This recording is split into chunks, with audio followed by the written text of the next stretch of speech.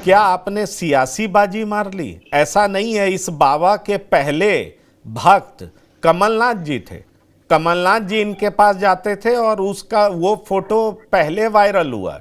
उसके बाद शिवराज सिंह चौहान जाना शुरू किए।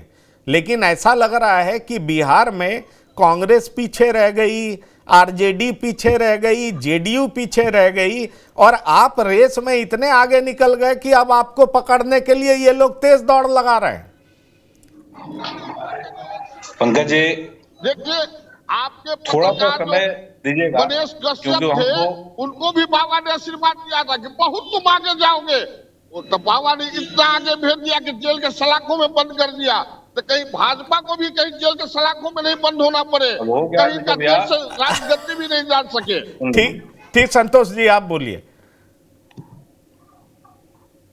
पंकज जी, इस पूरे मसले पे थोड़ा सा समय इसलिए मांगेंगे क्योंकि हमको तीनों का जवाब देना है, विजय जी का भी, राहुल जी का भी और आलोक जी का भी। राहुल जी से शुरू करते हैं। राहुल जी ने कहा कि इस मामले का राजनीतिकरण भाजपा ने किया। एक ही लाइन उन्होंने कही, मैं उससे थोड़ा असहमत हूं, इसलिए पहले इनके बात का जवाब दे देता हूं। बाबा को आना है, आए, किसी ने बुलाया, भारतीय जनता पार्टी को भी निमंत्रण मिला, राजद के भी लोगों को भी मिला, जदयू के भी लोगों को मिला, बाकी लोग नहीं गए, हम लोग गए। और पहला बयान बागेश्वर बाबा के विरोध में राजद की तरफ से आया, उस पर हमने अपनी प्रतिक्रिया दी। हमने इस पूरे मसले का कहीं से भी राजनीतिकरण नहीं किया है। आपके बात का जवाब राहुल जी। दूसरी बात, आलोक जी कह रहे थे कि आजकल बाबाओं का दौर आ गया है और देश में तरह तरह के बाबा हो गए हैं, ये देश के लिए ठीक बात नहीं है। पूरे देश भर में बड़े मात्रा में धर्मांतरण हो रहे हैं और आप पूरे देश में जिस प्रकार से डेमोग्राफिक चेंजेज आ रहे हैं, आलोक जी को हो सकता है व्यक्तिगत इनका जीवन पता नहीं कितने वर्षों का और पृथ्वी पर है, लेकिन लोगों के मन में इस बात को लेकर शंका है। जो लोग इस बात को देख रहे हैं, परसीव कर पा रहे हैं, समझ पा रहे हैं, उनके मन में इस बात की शंका है कि 50 साल के बाद का भारत कैसा होगा। इस बात को लेकर लोगों के मन में चिंता है। और अभी बिहार के लगभग 38 जिलों में से 38 जिलों में से लगभग 15-16 जिले ऐसे हैं जहां पर बड़ी मात्रा में चंगाई सभाओं का आयोजन किया जा रहा है। जो ईसाई प्रवर्तक के लोग जो जिस दुख दर्द और ये भगाने का कार्यक्रम का आयोजन करते हैं, उस पर ना आलोक जी बोलेंगे, ना विजय जी बोलेंगे, ना भारत और बिहार की अन्य पार्टियां बोलेंगी। हम बोलेंगे तो हमें कॉम्युनल सिद्ध किया जाएगा। ठीक है, आप कीजिए, नहीं कीजिए, उससे कोई फर्क नहीं पड़ता। दूसरी बात, विजय भैया ने भी बहुत सारी बातें कही कि आसाराम बापू हो गए, ये हो गए, वो हो गए। यही संकट है, यही संकट है कि सब लोग में इनको आसाराम बापू ही नजर आता है। जब इतना आसाराम बापू का ये था और इतना भय था तो आपने परमिशन दिया क्यों? नहीं देते? कोई रोक रहा था क्या? आप भी तो बैठे हैं ना सरकार में, आप भी बैठे हैं सरकार में। अगर आपको लगता था कि हिंदू भगवान राष्ट्र की मानते बात थे। होगी, विजय भैया नहीं, बीच में नहीं, विजय भैया बीच में नहीं। तो ये बड़ी बात है कि आपके सरकार में रहते किसी को किसी कार्यक्रम के आयोजन के लिए मौका मिल रहा है, तो भाई ठीक है, आपका परमिशन आपका दिया हुआ है, आप चाहते तो नहीं देते। और 8 लाख लोगों को, जो 10 लाख लोग वहां पर पहुंच रहे हैं, भारतीय जनता पार्टी के लोग उनको अपने कारों में बैठाकर वहां नहीं पहुंचा रहे हैं। वो जनता की स्वतः मंशा है और आप उसको रोक नहीं सकते। और रहा बात धर्मनिरपेक्षता की और सेकुलर शब्द का, और या फिर भारत में सेकुलरिज्म रहेगा कि नहीं रहेगा, एक अंतहीन डिबेट है। आपने ये कहा कि तेज प्रताप यादव जी की इच्छा थी, उनको जो मन में आया उन्होंने कह दिया, तो तेज प्रताप जी पर व्यक्तिगत इच्छा लागू होगी। और बाबा ने कह दिया कि हिंदू राष्ट्र बनाएंगे, तो उन पर व्यक्तिगत इच्छा लागू नहीं होगी।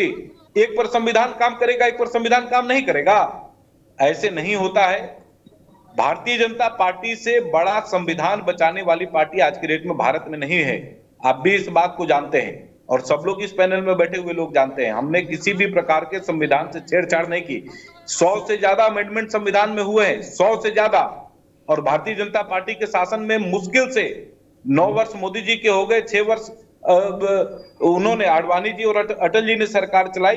कुल मिलाकर 4 या 5 संशोधन हमारे कार्यकाल में हुए 15-16 वर्षों में।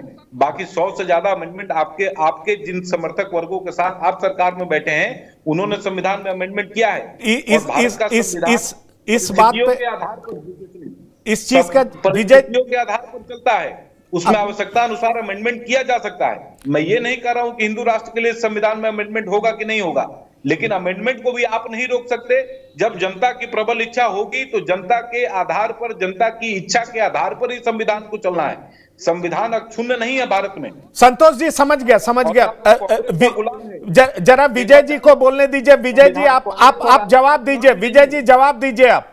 देखिए, संतोष जी के कथनानुसार संविधान में भी अमेंडमेंट की बात कर रहे हैं, देश की बंटवारा की भी बात कर रहे हैं।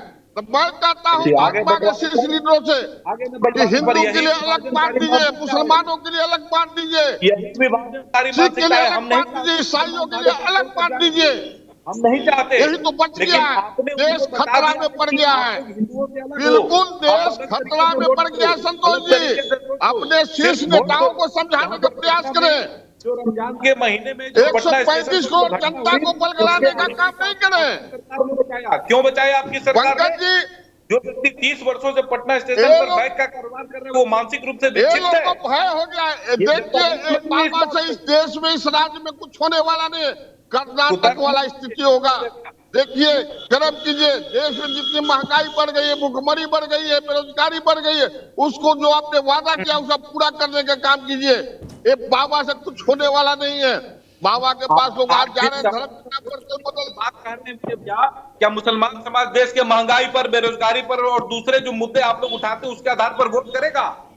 उस मुद्दे पर वो समाज वोट निश्चित करेगा। आप आइए ना 24 के चुनाव में, आपका पता चले कर्नाटक वाला स्थिति हो जाएगा।